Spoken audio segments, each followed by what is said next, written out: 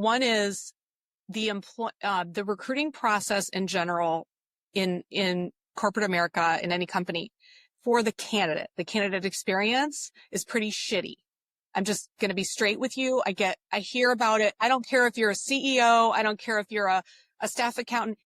People call me all the time to vent because they went through 3 interviews. They invested 10 hours of time. They went through the 6-week process. And then guess what?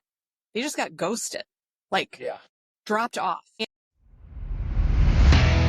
Have you ever wondered how successful architecture, engineering, and construction companies scale their business? Or have you ever wanted guidance on how to get more growth, wealth, and freedom from your AEC company? Well, then you're in luck. Hi, I'm Will Foret. And I'm Justin Neagle, and we're your podcast hosts. We interview successful AEC business leaders to learn how they use people, process, and technology to scale their businesses. So sit back and get ready to learn from the industry's best. This is Building Scale. Hey listeners, it's Will here. Our mission is to help the AEC industry protect itself by making technology easy. If you've ever listened to our show, then you know that the 3 pillars of scaling a business are people, process, and technology. So if you suspect technology is your weak link, then book a call with us to see where we can help maximize your company's IT and cybersecurity strategy. Just go to buildingscale.net/help. Hey everybody, welcome back to another episode of Building Scale, specifically the Building Connections series, where I get to hang out and talk with people I meet in my everyday life here in Phoenix. Amazing leaders, owners of businesses, all that fun jazz, and Jennifer Bookspan is definitely one of those. When I asked, I always ask who you are. Give me a little intro so I can really give a lot more meat on the bone in these intros that I give them. Company builder, talent innovator, people leader, and recruitment strategist is how she described herself, which I love because as the chief storyteller at Spot Migration, I get a lot of I'm the basic title of thing, right? But not Jen. She's like, no. I'm a company builder, a talent innovator, people leader, and recruitment strategist. She really kind of sends it home with the story, is what I like to think. And she's been doing recruiting for over 20 years. So she's fiercely committed to finding the best people and putting them in the right seats, which as an EOS company here at Spot, we love right people, right seats inherently. So, I met Jen through Keymakers, a networking organization here in Phoenix. And it was kind of this fun conversation we had at a ball game, a Diamondbacks game, and then have had multiple conversations since then. And it's always good to see her when I do,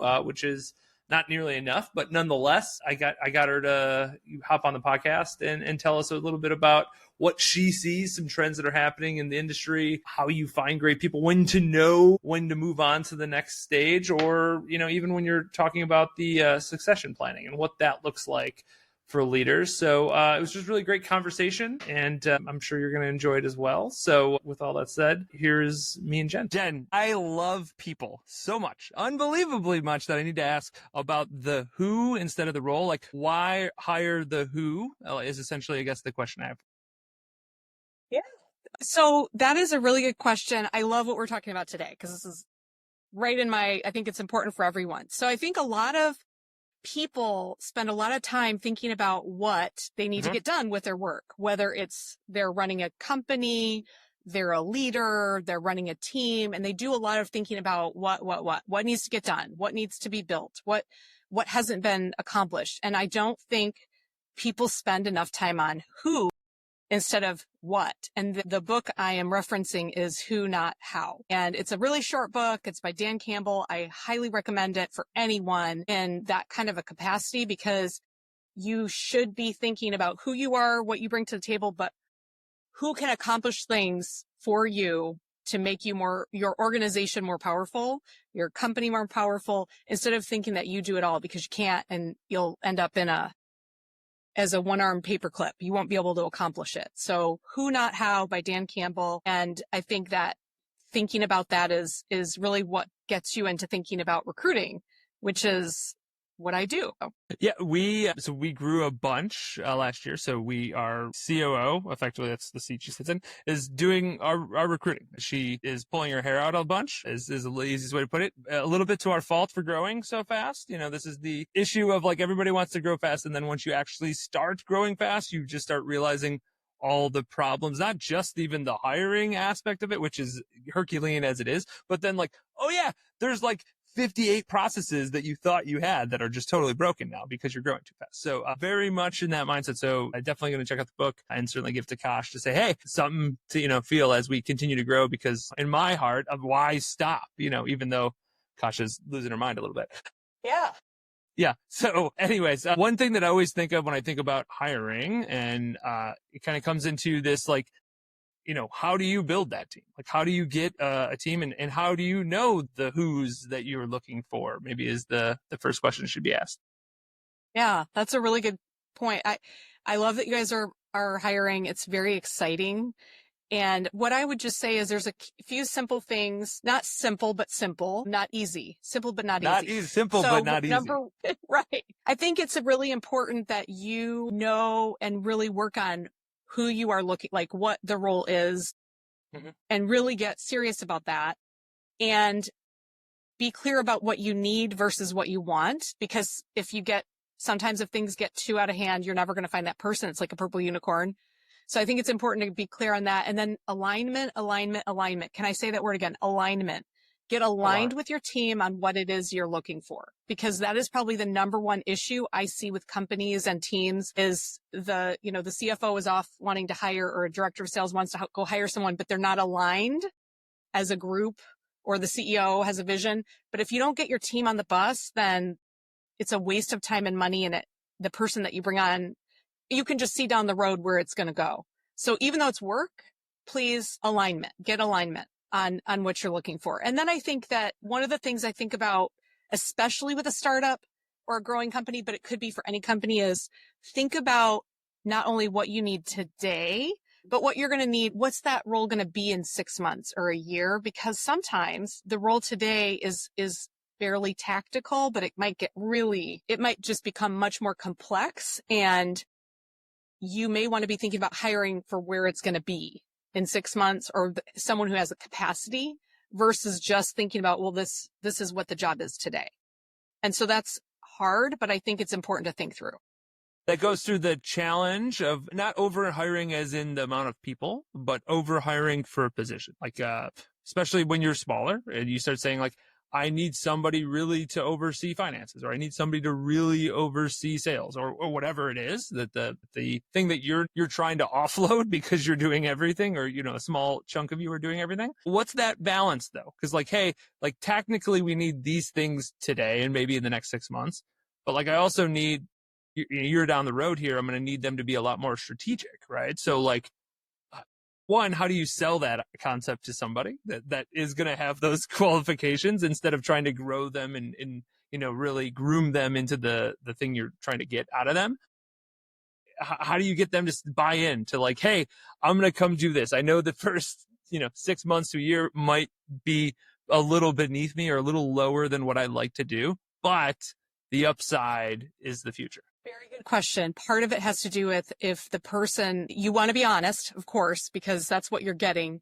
But if people have experiences with startups, or experiences where where they were involved with a massive growth situation, I think it's ideal, because they know where this goes or where it could go in a period of time. So I think getting some clarity on that. And I think someone who maybe doesn't have all the experience that you are going to need in 6 months, but has the capacity, that wants to take it on. So there's a couple of different ways you can look at it, but clearly you do not want to be dishonest about where it's going.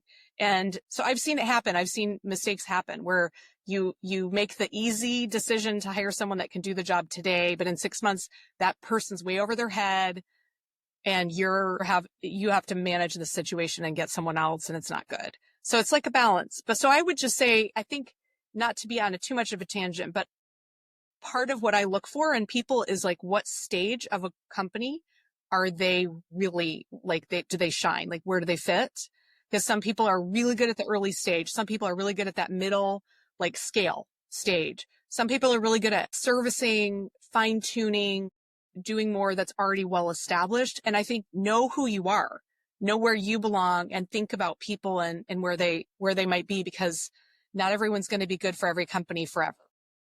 Yeah, that's be honest with yourself too, right? Like, where is your company at? Like, everybody wants to grow, but like, are you actually hitting growth? Like, are you doing the thing that you believe you want to be? And lots of times I see this a ton where I'll go to conferences, industry conferences and things like that. And everybody in the room claims that they want to grow, but then I'll see them again the next year. And it'll be like, yep, still doing the same thing I was doing last year, and not actually growing. In comparison to like some people, you're like, oh man, like you've made unbelievable strides in a year. Like, it's like, holy crap. So being honest with yourself is probably really important. We believe in core values very, very deeply at Spot, and hiring, promoting, firing, all these different things kind of go through our core values. Essentially glass of like looking through the looking glass. Where do you see core values in play here? Obviously, you have to find the right person for that role, right? There's a component there. The right seat is what we call it in EOS, but like finding the right person, like just you're the right human being for us. And sometimes that means you're not the right human being for us right now because the skill set that you have, we don't quite need, or we've passed that skill set. That is really good. I think that is a big point. And I love that your core values are very much like leading out through who you are, because when I think about hiring, and if I'm a company, and I don't care if I'm a 1-person company or a 10,000 person company, I need to be who I am, and I need to represent that. And that means to me, like, lean into, hey, if you guys aren't the top payers in the world, but you have a great, like you have a real development culture, and people really have a lot of advancement opportunity if they do well, or you don't have a lot of bureaucracy, like sell what you are, not what you hope to be, or that you think people are going to want to hear, because you're going to show up. Like, Justin, just think about this, like dating.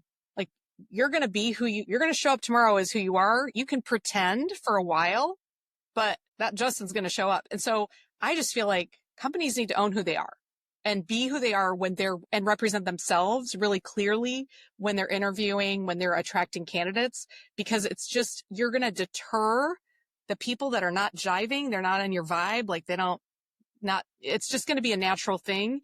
And it's much more likely that you're going to land and you're going to have people that get it, understand where you are, can be flexible with where your situation is, and they're going to be excited about it. So that's all the way through the recruiting process, how you represent yourselves, onboarding, which I can talk about too, but hopefully that helps. I think that's a big deal.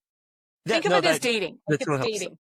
I other than my wife, I've not dated in a very long time, but I understand the concept of it. Makes tons of sense, because I frequently think about this. This happened to me where I was writing emails, and I'm very energetic. I'm very exclamation points in my emails. This is just who I am, like it. And I remember asking Kasha again, man, Kasha is on my mind apparently today. I remember asking her, I'm saying like, hey, like, do you think this is coming off like cheesy or like too salesy or like this whole thing? And I remember her asking me, he's like, well, do you feel that way? Like, is that how you feel? Like, are you really excited? I'm like, yeah, that's just me. I don't know how else it's me. And she's like, well, then just do that. Because at the end of the day, getting somebody in your ecosphere or, in your connections, your network, right? They're eventually going to know that like, oh, Justin's super like bubbly and loud and exciting. And like, that is you. And if they don't like that, they're eventually going to find that out either way. So why not just in the beginning of a relationship, let them be aware that like, yeah, this is what I am. This is who I am. This is what you're getting. So yeah, that makes tons of sense. Yeah, 100%. And obviously, let's have a caveat. We all need to evolve. If there's some, people are doing some bad behaviors, we don't want that. But I also feel like you have to lean into who you are naturally.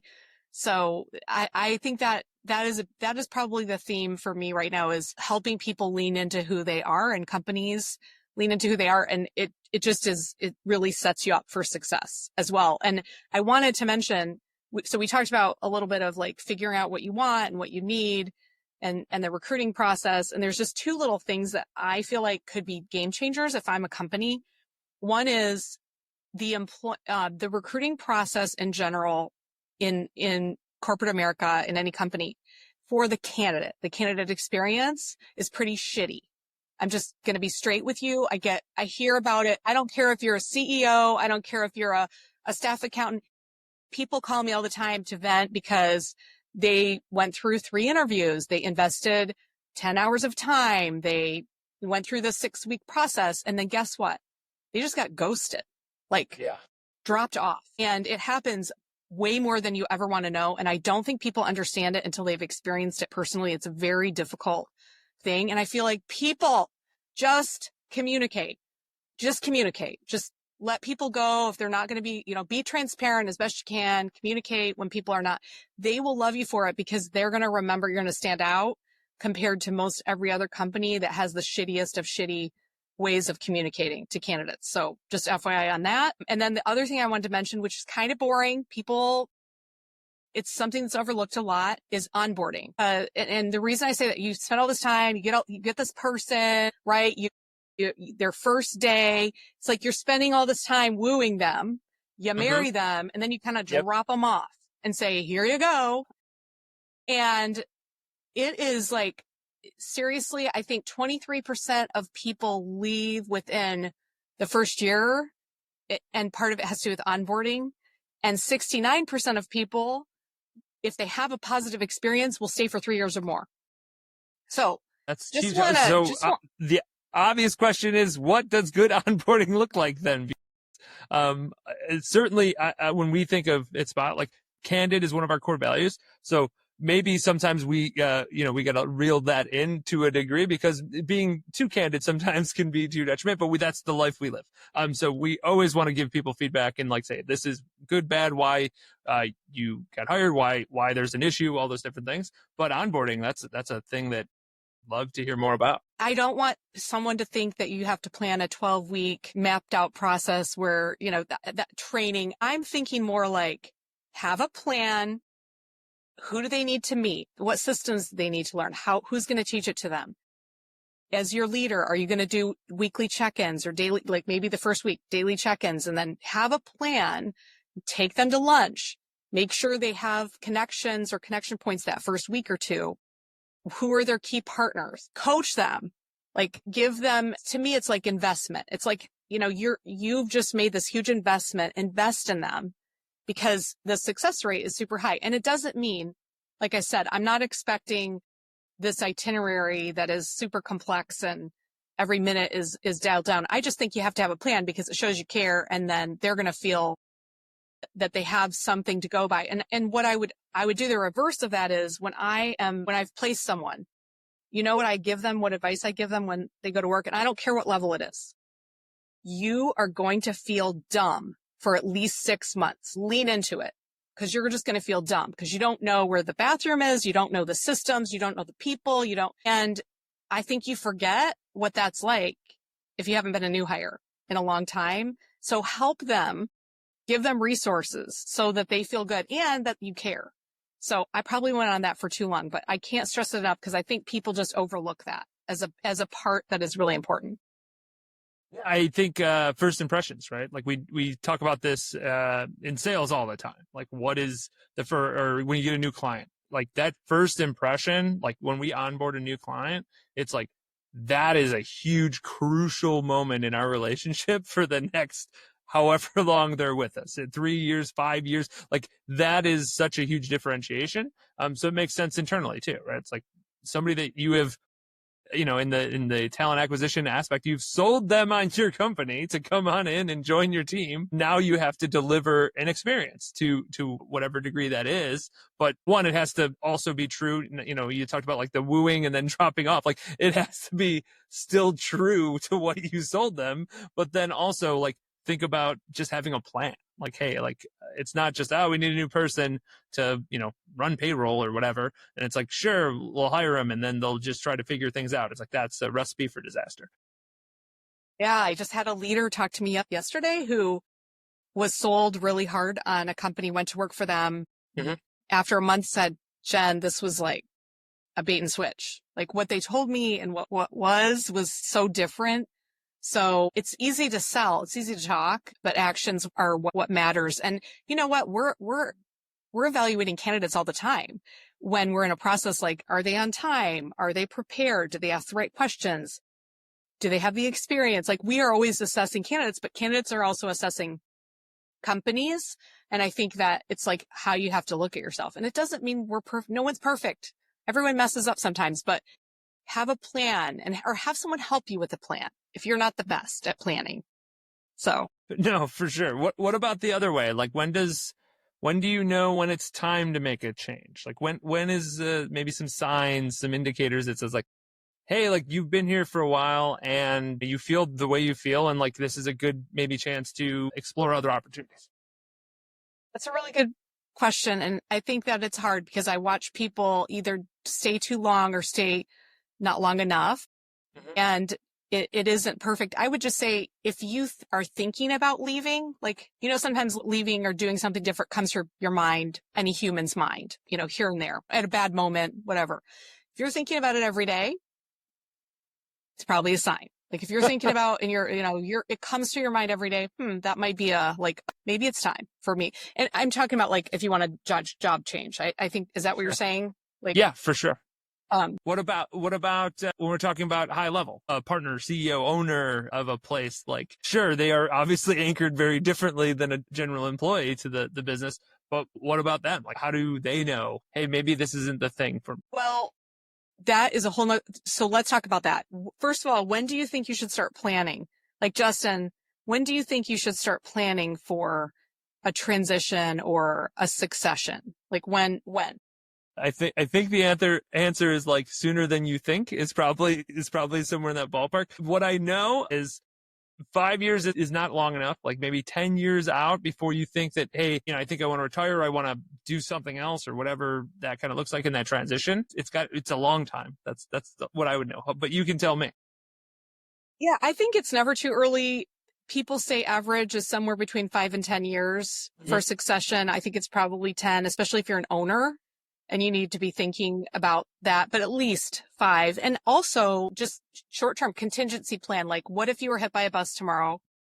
What is the plan? Like, do you have a plan in your company? Because that is something you should have mapped out if you don't today. Like, it's really important, kind of a serious thing, but important. And then I would just say, Justin, it's hard, but time, I hate to sound like a broken record, but time is shorter than you think. 10 years can go by pretty quickly.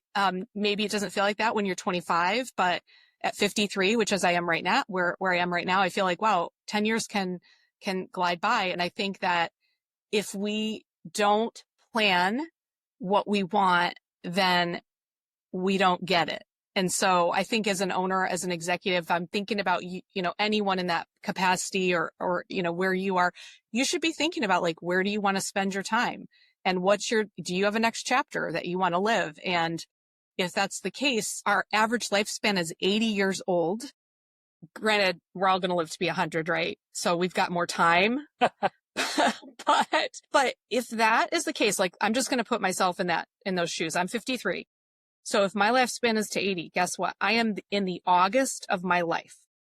So I am over the halfway mark of my life. You're probably in June, like late June, right? Somewhere around there. I'm about halfway through. That's almost completely halfway through. Yeah. Yeah. So I don't think we have a hard time as humans really facing that. And so I just would say sooner than later, and be on the offense, not the defense, because otherwise life's going to just hit you with something, and it might be a health thing or it might be something else. And then all of a sudden you don't have control and you're not managing the narrative. And I think the other thing is just have different identities. I think that there's a lot of identity for all of us connected with work and being a professional. And that's really important and awesome, and do it. Everyone's different, but think about what other identities you want, because there are more to life as well. So hopefully that's also helps. a difficult transition of identity crisis. So I think we've talked about this before, where your kids leave, right? Like you have kids, they eventually go off to do their thing, where you were their complete caregiver. As they get older, they're better, but like you're still the pay all the bills, do all the things, give them a house, all this stuff, and eventually they're just gone, right? It's not like they are, gone from your life completely. But it's like for the first 18 years, you spend 18 years with them. And then like the rest of their lives, you spend maybe a year with them, which is crazy. Like that's a unbelievable thing I think about. And my son's only 5. So that transition from like, I'm the everyday caregiver, every, daily, parent compared to now I'm just, waiting for grandkids. Like it's a different game then, right? Like it maybe not too quickly after 18, but like eventually you can come back around and be like, oh, I get to do the grandpa or grandma thing, which is cool. But that identity does change. It's really hard. And for somebody that wasn't working and was just being a fully, parent, full-time parent, like that's their almost whole identity. And like to have that evaporate one day is like scary. Same thing with business owners, right? You have a business and then you sold that business after 30, 40 years. Who are you now is the question. Yeah, it's a really good point. Number one on the parenting thing, we spend all of our time planning to have children. Mm-hmm. If you do decide to have kids or stepchildren or what, adopt. But no one really plans for when they leave, which they will, especially if you're doing, what you should, they're gonna. And so I think that you should have a plan because it'll make it better for them and you. And I think there's an opportunity for all of us to have multiple chapters over our lives to do all these things. And so, yes, going back to the identity of an owner in a business or an executive, I have friends with a very, very successful executive coach, and she gets brought in when a company is going to get acquired by another organization. And she can tell whether the owner's really going to give it up and do the deal or not by how they act and how connected to their identity the business is, because in the end, it can be so much money and they can't let go. It's like a part of who they are. And so I think it's just awareness. I would just say self-awareness, like be aware of who you are, what you want. Maybe you want to work until you drop dead. I don't know. That's okay. But make sure if that's not what you want, spend some time planning. I think of it like Michael Jordan, and you can relate to this as a Chicago native. He went out on top. Like, am I wrong? That guy went out on top. He went out on top, but then came back and then went out on top again and then came back again. But yes, I completely agree. He's the greatest of all time. There's no question. He managed his narrative. Like he managed that narrative. And my dream for myself and for anyone out there is like, manage your narrative, like go out when you're good in a good place and you managed how you wanted to do it. Don't let it happen to you. Don't let stuff just happen to you. So that's kind of hard conversation, but hard conversations are the ones we need to have more of, in my opinion. I think about when I worked at a law firm and seeing attorneys work into their 80s. And I thought to myself, I'm like, that's crazy. Like, why would you do that? Now, hey, like if your, core purpose in life is, to be an attorney, the greatest attorney and all those, however you want to phrase that. Sure. But like, there's something to be said about the other aspects of life. And especially once you get certainly into your 80s where I call it rolling the credits, right? Like you're already post credit right now. We're waiting for maybe another scene, but that's it. So I've seen it on both hands where some people are like, no, I want to close up early. Like I want to be done by the time I'm 53. Right. And like, now I'm going to go off and do my own thing or whatever that looks like. So yeah, I guess it's something personal, but to the point of succession, like, what should that start looking like in that 5 to 10 year plan? Like what should owners, executives start looking at in that time? So I'm not going to pretend to be an expert in this category. I can only give you my thoughts. So just know that because but I would definitely talk to a professional who works with owners like this. I'm sure there are people out there who do, but I would just say, listen, you got to have you identified who could be your successor, or are you developing more than one person in your company? What is your plan? Is the company going to get sold? At that point, you should be talking to like, what are your options, and think about that ahead. So that's what I would say is like plan ahead. And hey, if you're doing great and you want to keep going, great, but at least you have a plan if something changes on a dime. And then I think you should assess it. You should keep assessing it and forcing yourself to look at it every year, every 2 years, because things could change very, very rapidly. I was trying to think, there was a story that I had. It's like a business plan where it's like you make a plan whenever you do your strategic planning. And then in the next quarter, you go back and you look at, all right, hey, where are we at with the plan? And like, sometimes it's like, we found a whole different service line. So the plan is completely different now. Or, you find out like, oh, we're not doing the plan. We are not on track. So we need to get back on track. So I concur with that. I think business life is very much, you just have to actually systematize it, right? You have to think, what's the structure I'm looking for to get to the thing I want to go to? And then check in. Hey, am I on, track, or am I not on track? And if I'm not, why is that the case? And let's fix that. Or is the trajectory where we wanted to go not the North Star anymore, right? Like that always comes to that. Right. And get people in your, I would call it like your board of directors, like your trust little, board of directors or community of trust, to be honest with you and tell you what's up, if you don't want to hear it, even about where you are and what might be going on and what you might be hanging on to that you shouldn't. And then I think you should. It's not an urgent thing. It doesn't feel urgent, so people put it off, but then it's really important. And so then if you don't, then it's so important that to me, it's like legacy. What do you want for your legacy? Which people should be thinking about. Like, it's not too early to think about that as well. So. No, I love that. I feel like there's two camps. Think about legacy, or people say you shouldn't think about it at all. And for me, I'm like, well, if you're trying to create a thing in any aspect of life, you have to think about it. Like, that's, to me, is like, that's the only way. During COVID, it was 2020, November of 2020. I just looked this up the other day. I wrote my eulogy, right? Like, so I wrote this eulogy of like, hey, when I cash out at 80, I think it's at 80 or 81 or something, I have X amount of time until that point. Here's what I'd like somebody to say about me when I'm gone. It'd be really great if I achieved all these things in life, but that's the way I start looking at like my legacy of like, hey, if I got to here, that would be an amazing legacy for me. Now I just have to work it backwards and say like, okay, well, if I want to start a nonprofit and I have not done that yet, well, time's ticking, right? Like, and now it doesn't mean you have to do everything all at once, but you have to start setting the blocks in place to eventually have that beautiful legacy at the end of days. You're so wise. I was thinking about this because I've had experiences like recently. So I have a grandfather who lived to be 99 and Nice. worked Good until he genes. was 92. That's good for you, Jen.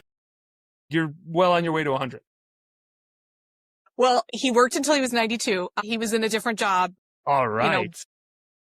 But he loved going to the office every day. So that was really awesome. And still, all the way up, very smart. And then my mom, I lost, she was 72 and she worked all the way. And she kept saying, well, I'm going to work until I'm 70. I'm going to work until I'm 70. And because she wanted to get more money for Social Security. And so she spent all this time working, and then she had a disease and didn't make it. So I kind of feel like we don't know, like in the end, we don't know what our path is going to be. So I think we have to live it as best we can. And we don't waste time on, like, make sure you're focused in doing the things you want to do. And that means working too, and doing the kind of work that you love. And if you're not happy, you have agency to make a change. You always have agency to make a change. And I want to make sure I stress that, because I think people get stuck in this victim sometimes, like, I can't leave. And I feel like, no, you can with a plan. So, and preach, Jen, preach. That's what I'm talking about. Very sorry to hear about your mom. That I can only imagine being a very rough time just in life, which I've certainly not experienced yet, but assuming I outlive my mom, that's a part of the life cycle, which is unfortunate for us. I would be remiss if I didn't ask about specifically if you have any in the AEC space. All my building scale friends and all of our clientele and all that stuff love to tell me how labor shortage is massive in the construction space specifically, and it's really hard to find people. In fact, I hear that more often than not across industries now. It's like, it's just super hard to find people, which, I mean, I guess our birth rates are somewhat down, but I feel like that can't have had quite the quick turn that would be. So what are you seeing as an expert?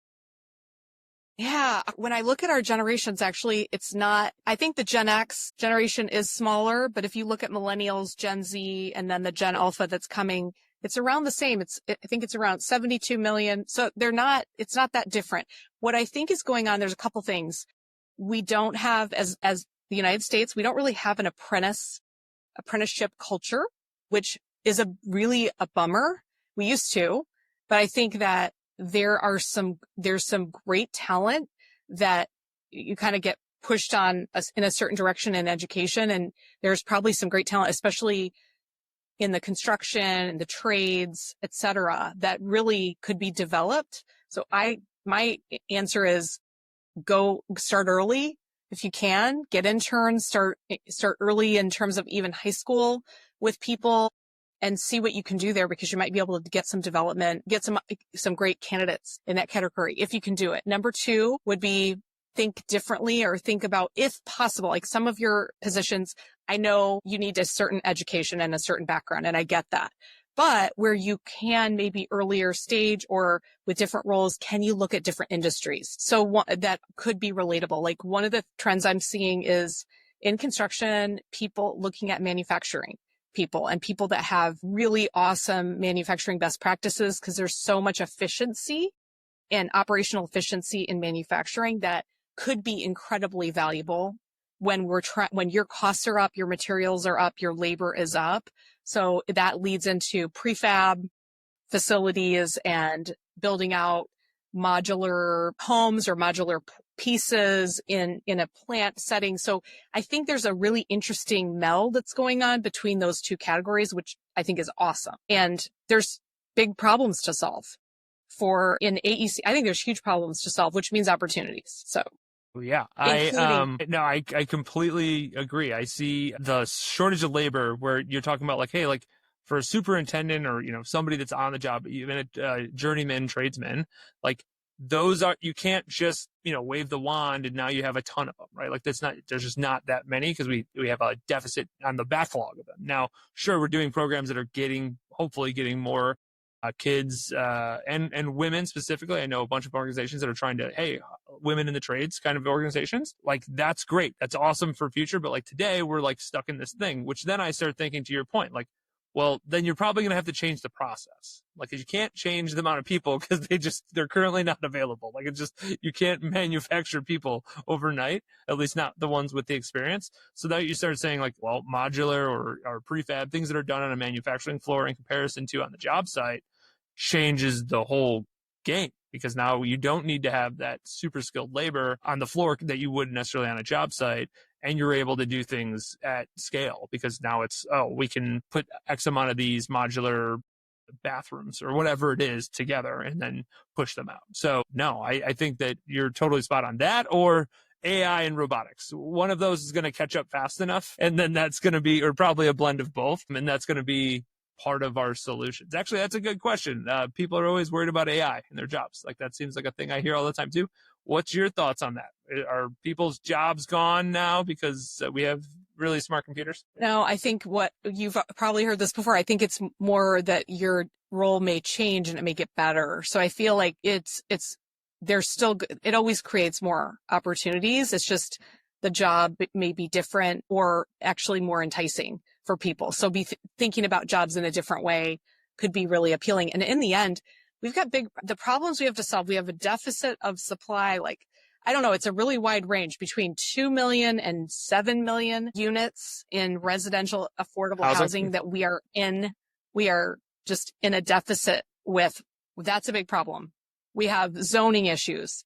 That's a big problem. We have labor shortage. We have materials. So we've got like not enough supply. And then how are we going to like produce for the right amount of money? So I think, hey, all of you people out there, whoever's going to solve these problems, they're going to do really well and be really, really successful. And the one thing I was going to say about talent that I think is really important, talent is evenly distributed across gender, across race, across socioeconomic status. Like there is talent everywhere, but it's part of like finding the people and getting them developed. So I think we have to think differently. An example I would give is that I had a woman who is an HR executive in organizational development. We figured out that she was actually an executive, like more of a CEO type. And through some testing and development, and she ultimately is COO today, but without, like, she had the skills, she had the talent, but she just needed the skills. Like she needed to get there. So I think there are people in your organization who might be amazing. You just don't know it. It's like they're quietly there. They haven't been developed. So I think there's untapped potential, and you can do some work on testing and evaluating and assessing people to help develop them as well and find out what they might be good at. Well, how does one go through testing like that? No, I love that. No, speak the truth. So that's all good. How do you test it? Like, because I'm so people-y, that's the word I'm going to use, people-y. Since I'm so people-y, it's more of like, for me, I'm always like, I'm going to talk to people and I'm going to get a good vibe upon how our experience I have with them. And then I'll say like, oh, you would be great to be our account executive in comparison to an engineer. Right. Like you are just more socially skilled. Like, I mean, that's essentially it. Engineers generally not the most social butterflies by any means. But hey, like if I find one that is, it's like, oh, there's probably something else that you could do that, one, you'll probably like more because it's more natural to you. But then two, you would be like a rock star at, which would then be amazing for us. So like, I understand it that way, as in the people-y way, but is there more of a like actual process or test or system that somebody could use to identify those things? Yes. So that is a really good point. Yes, you do talk to people, you interview people, you figure out what they're good at. That's all good. But there are some elements that help you find deeper level data, and that could be assessments. And for example, there's a couple of assessments, although there's 25 I could probably name, but I recently got certified in Kolbe, which Love is Kolbe. So they are focused on how the cognitive part of the brain, which is basically how we do things. And what's cool about that is it's a non-biased test. So it's not about what you think or feel. It's about how, and there's some ways that we can get into this at some point, but it's just like figuring out what the job is and then how the person is a fit. There's also predictive index, which is also really awesome.